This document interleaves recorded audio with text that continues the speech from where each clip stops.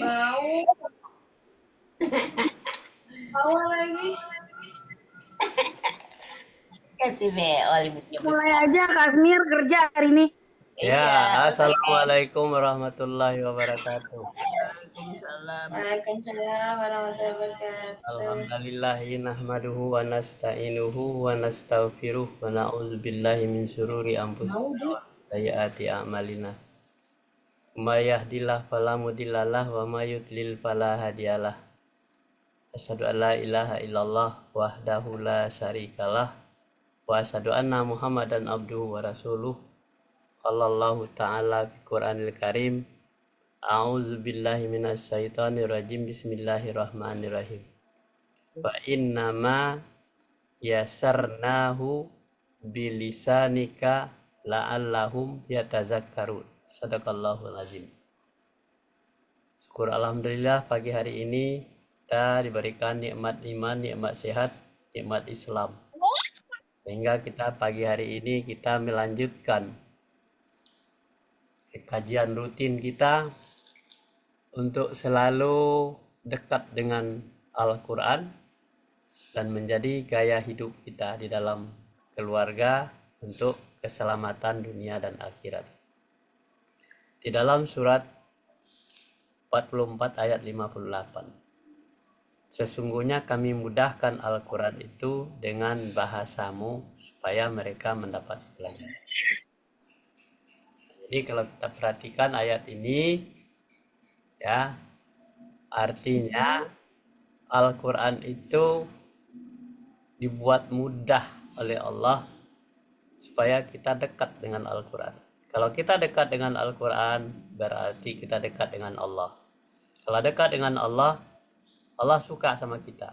Kalau Allah semakin suka sama kita, berarti semua permohonan kita akan dikabulkan oleh Allah.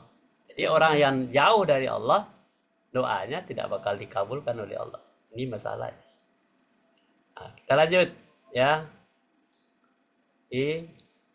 Coba dibaca tuh. Udah ya. Mana yang baca? Mariam dulu, anak-anak lagi masjid. Mariam dulu, Mariam. Anak-anak di masjid. Ya. Wama arsalna rasuli illa Bilisani bilisani kaumihi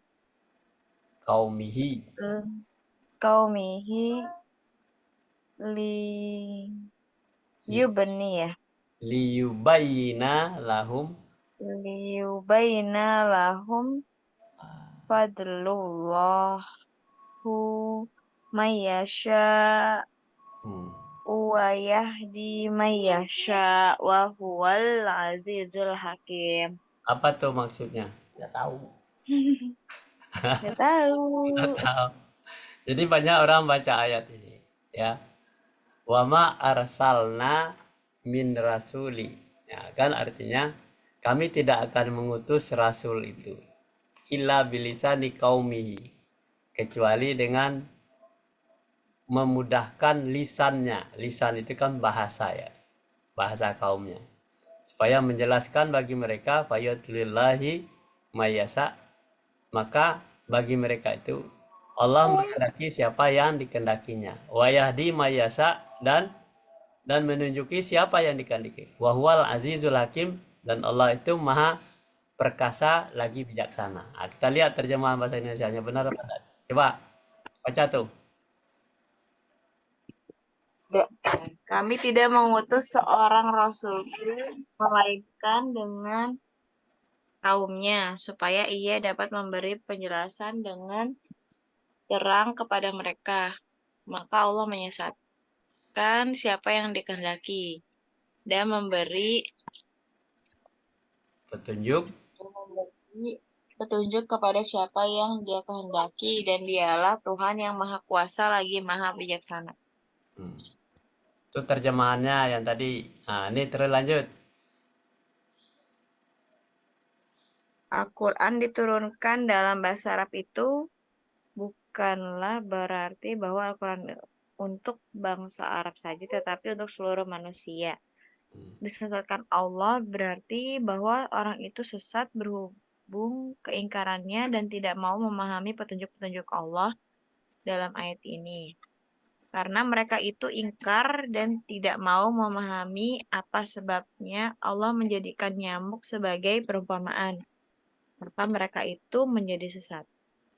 Ya, jelas. Ini penjelasannya ada dalam Al-Quran itu, terjemahannya ada.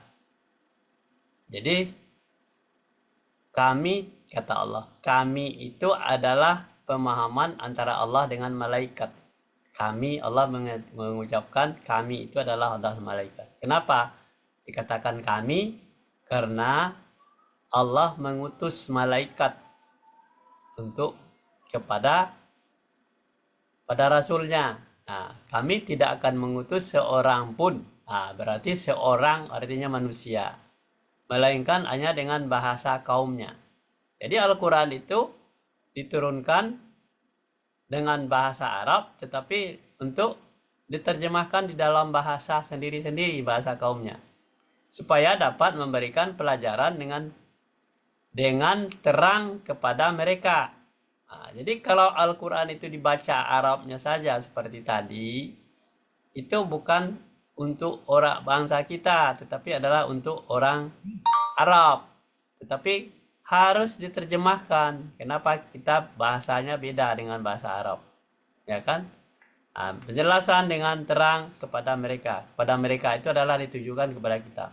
Maka Allah menyesatkan siapa yang dikehendakinya. Kenapa Allah menyesatkan siapa yang dikehendakinya? Orang yang tidak mau mempelajari Al-Quran, dia akan tersesat. Nah, jadi diberikan petunjuk tidak mau. Suruh belajar tidak mau. Semuanya mengelak, berpaling, tidak mau, terlalu lama, terlalu ribet. Artinya berarti tidak mau. Dan memberikan petunjuk kepada siapa yang dikehendakinya, dan dialah Tuhan yang Maha Kuasa lagi Maha Bijaksana. Jadi kalau kita mau dikehendaki Allah, mau mempelajari Al-Quran, berarti diberikan petunjuk oleh Allah. Dialah yang Maha Kuasa. Siapa yang Maha Kuasa? Adalah Allah. Karena Allah itu Maha Bijaksana. Kalau orang itu mau diberikan petunjuk, berarti orang itu mengikuti perintah Allah. Kalau tidak mau mengikuti petunjuk Allah dalam Al-Quran, berarti mengingkari. Orang yang mengingkari itu yang disebut dengan kafir. Allah tidak bicara dengan orang kafir yang di luar agama Islam, tetapi Allah bicara dalam Al-Quran kepada orang kafir yang Islam yang kafir. Ya kan, kita lihat ini penjelasannya. Al-Quran itu diturunkan dalam bahasa Arab, bukan bahasa Indonesia. Bukanlah berarti bahwa Al-Quran itu untuk bangsa Arab, tetapi untuk seluruh manusia. Siapapun manusianya, dimanapun dia tinggalnya, bahasanya seperti bahasa apa, harus diterjemahkan. Kenapa harus diterjemahkan? Karena Al-Quran itu dalam bahasa Arab, tetapi bukan untuk bangsa Arab.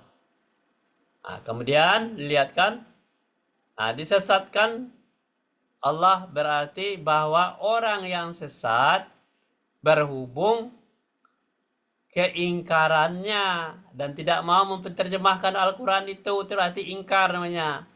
Dan tidak memahami petunjuk-petunjuk Allah. Kalau dia tidak terjemahkan Al-Quran itu, dia tidak akan tahu apa itu pemahaman yang akan disampaikan oleh Allah dalam Al-Quran itu, yang tersembunyi apa. Pesan-pesan apa yang disampaikan Allah dalam Al-Quran itu. Pesan-pesannya adalah harus diterjemahkan. Dalam ayat ini, karena mereka itu ingkar dan tidak mau memahami apa sebabnya Allah menjadikan nyamuk sebagai perumpamaan. Nyamuk sebagai perumpamaan. Nyamuk itu kecil, ya, dia terbang, hinggap ke tangan manusia atau ke badan manusia, ditepuk mati. Itu adalah resiko karena bahaya. Kalau nyamuk mau makan, jangan makan di dekat manusia, tangan manusia, atau di tubuh manusia, nanti ditepok mati. Jadi Seperti itulah manusia itu kalau tidak dapat petunjuk itu. Tetapi kalau nyamuk itu tahu bahwa dia akan mati, dia pasti tidak mau gigit manusia. Pasti dia menggigit hewan, menggigit kerbau, menggigit sapi. Sebab tidak akan menepok. Tapi kalau manusia, gatal digigit nyamuk, langsung dia ketepok sama manusia itu. Mati dia. Seperti itu perumpamaan yang seperti itu dijelaskan oleh Allah dalam Al-Quran ini. Seperti nyamuk. Itu makhluk yang paling kecil. Yang tidak menggunakan otaknya dan tidak pakai perhitungan. Jadi kalau manusia tidak pakai perhitungan untuk mendekat kepada bahaya, inilah resikonya mati. Maka mereka itulah yang menjadi sesat. Sudah diberikan petunjuk, ada petunjuknya, tidak dibaca, tidak dipelajari, tidak dipahami. Akibatnya sengsara kepada badan kita sendiri. Kita lanjut kalimatnya.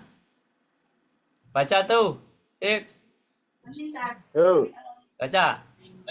mana? Oh iya, benar. Maka sesungguhnya telah kami mudahkan Al-Quran itu dengan bahasamu, agar kamu dapat memberi kabar gembira dengan Al-Quran itu kepada orang-orang yang bertakwa, dan agar kamu memberi peringatan dengannya kepada kaum yang membangkang. Dalam surat 19 ayat 97. A'udzubillahi minasyaitonirrajim. Bismillahirrahmanirrahim. Fa innama yusarnahu bilisanika li tubassir bihil muttaqin wa tunziru bihi qauman ladun. Maka sesungguhnya telah kami mudahkan Al-Quran. Kata Allah, kalau Allah itu selalu berkata sesungguhnya. Maka kami sesungguhnya, kata Allah, kami dan malaikat sesungguhnya. Kami mudahkan Al-Quran itu dengan bahasamu. Jadi Al-Quran itu tadi harus diterjemahkan dengan bahasa kita. Bukan bahasa Arab. Agar kamu dapat memberikan kabar gembira dengan Al-Quran itu kepada orang-orang yang bertakwa. Orang yang bertakwa itu adalah orang yang taat, patuh, tunduk kepada aturan-aturan Allah. Takut akan siksa Allah. Ini memberi kabar gembiranya. Ya, kabar. Agar kamu berikan peringatan dengannya. Dan dengannya itu adalah memberikan peringatan dengannya Al-Quran. Al-Quran yang diterjemahkan itu, yang dipahami itu. Kepada kaum yang membangkang. Siapa kaum yang membangkang? Orang yang enggan mempelajari Al-Quran itu sendiri. Kita lanjut ya. Nenek baca, Nek. Kecil amat. Kecil.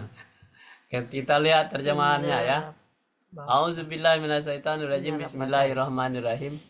Inna rabbaka ya'lamu annaka taqumu adna min sulasi laili wa nisfahu wa sulasu wa ta'ifatu minal ladzina ma'aka wallahu yukaddirul laili wan nahar alima an lam tassuhu fataba alaikum faqra'u ma tayassara minal qur'ani aliman an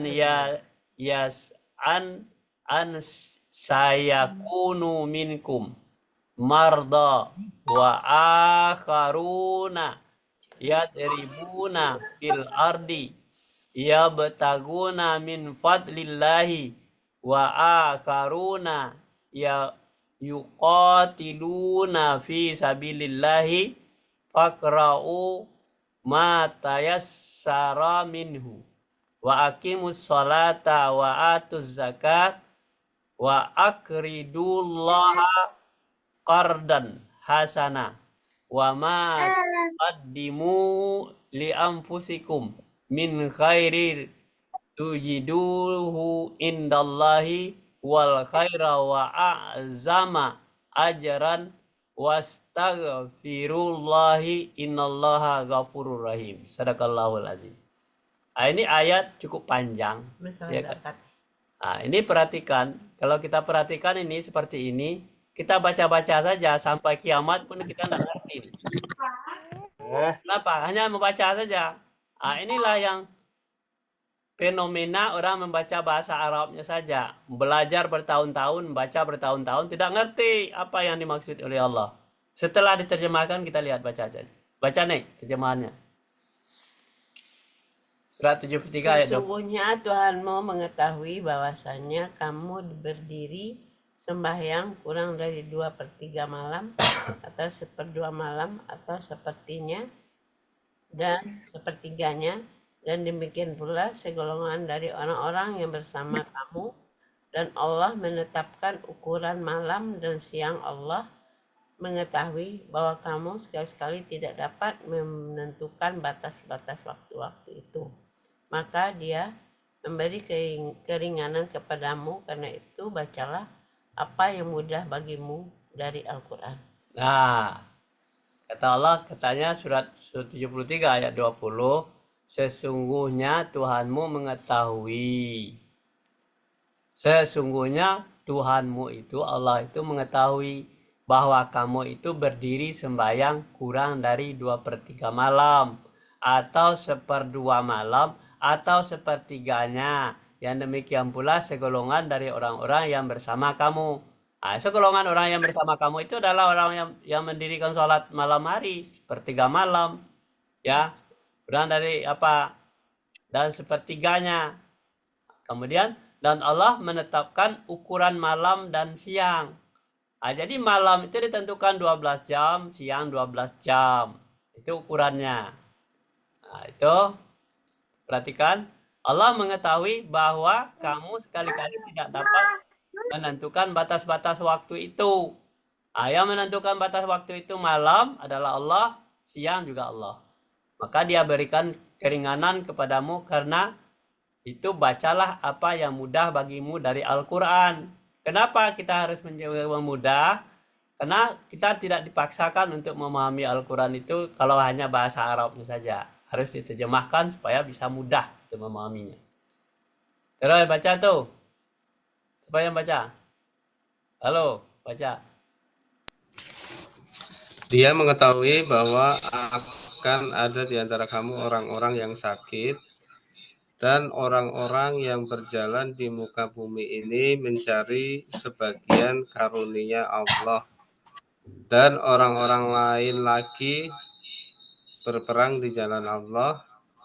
Maka bacalah apa yang mudah bagimu dari Al-Quran dan dirikanlah sembahyang. Tunaikanlah zakat dan berikanlah pinjaman kepada Allah, pinjaman yang baik, dan kebaikan apa yang kamu perbuat untuk dirimu, niscaya kamu memperoleh balasannya di sisi Allah sebagai balasan yang paling baik dan yang paling besar pahalanya. Dan mohonlah ampunan kepada Allah, sesungguhnya Allah Maha Pengampun lagi Maha Penyayang. Nah, ya kalau kita perhatikan ini adalah penjelasan. Dia mengetahui, dia itu adalah Allah, mengetahui bahwa akan ada di antara kamu orang-orang yang sakit. Ada di antara kamu orang-orang yang sakit, orang-orang yang berjalan di muka bumi. Yang sakit ada, yang berjalan di muka bumi adalah mencari karunia Allah. Mencari karunia Allah itu berjuang mencari karunia Allah. Dan orang-orang lain lagi berperang di jalan Allah. Seperti Palestina itu, lagi berperang di jalan Allah. Mempertahankan haknya. Maka bacalah apa yang mudah bagimu dari Al-Quran. Cari yang mudah saja, jangan yang sulit-sulit, yang tidak bisa kita lakukan. Ya kan? Dirikanlah sembahyang. Kita tidak bisa berjuang, berjalan segalanya, kita dalam keadaan sakit. Salat kita.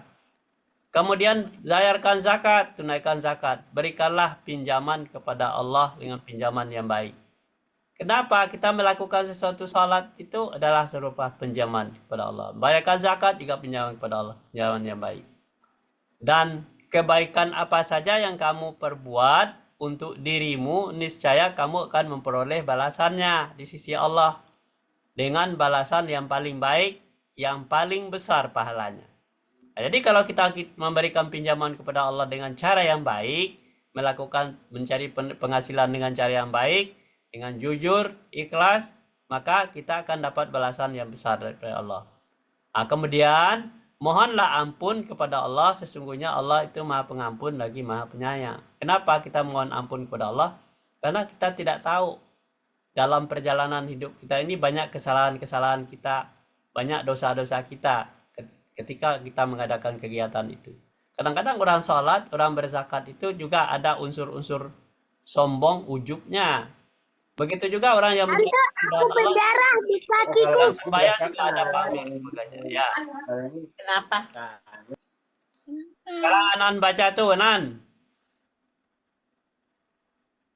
Mana Anan? Mana? Suratnya nggak ada kayak. Ada tuh. Kami tidak menemukan. Kelihatan enggak? Nggak kelihatan. Hah?